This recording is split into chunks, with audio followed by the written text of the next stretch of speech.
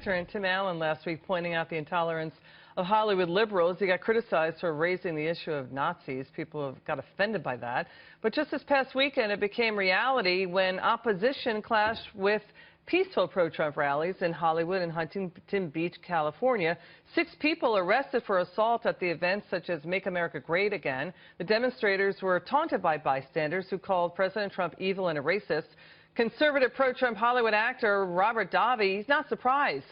Good to have you on the show, Robert. I thought Thank liberals, you for having me, Liz. I thought liberals pride themselves on tolerance and open-mindedness. Well, in some instances they do, but not when it deals with politics. And I have to say, Liz, that prior to Tim Allen going to the show there, the Jimmy Kimmel show, I did an article about Hollywood conservatives that don't come out and announce themselves, because it's very important that culture does matter. And when people see celebrities continually degrade or talk about violence to Donald Trump, to President Trump and his supporters, it has the effect that you just saw on your screen and that the audience saw in Huntington Beach. It emboldens people more so. It's that mass movement mentality that it's okay to commit violence in almost a surrogate way to Trump supporters. And my big question to the Hollywood community, the conservatives in Hollywood, you know, we had the blacklist in the 30s, the 40s, the 50s, you know, with the communists when they infiltrated Hollywood. But the studio heads, and there was one man, his name was Ronald Reagan, and a guy named Sterling Hayden called him a one-man battalion of opposition.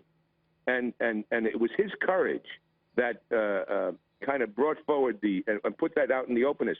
We don't have that in the conservative community fully today. And I think that leads to a lot of people. It's tough out here. It really is very tough.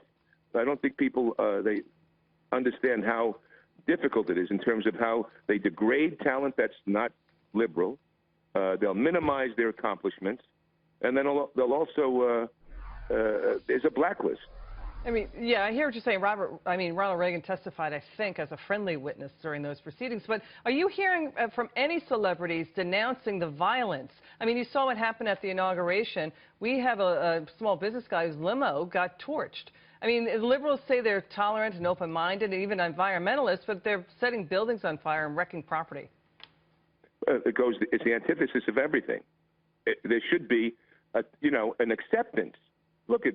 I didn't agree with a lot of President Obama's policies or his way he was moving America, but at the same time there was no violence toward him from our community. There was all right, how do we work with him? How do we work together for our country?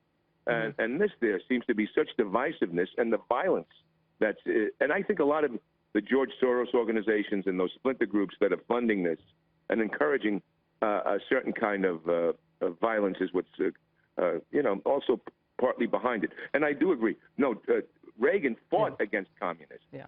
Okay. Hayden was a communist. Sterling Hayden was a communist, and he said Reagan was a one-man battalion against that kind of infiltration that was happening in Hollywood. All right, Robert Davi, thank you so much for your time. Really appreciate it.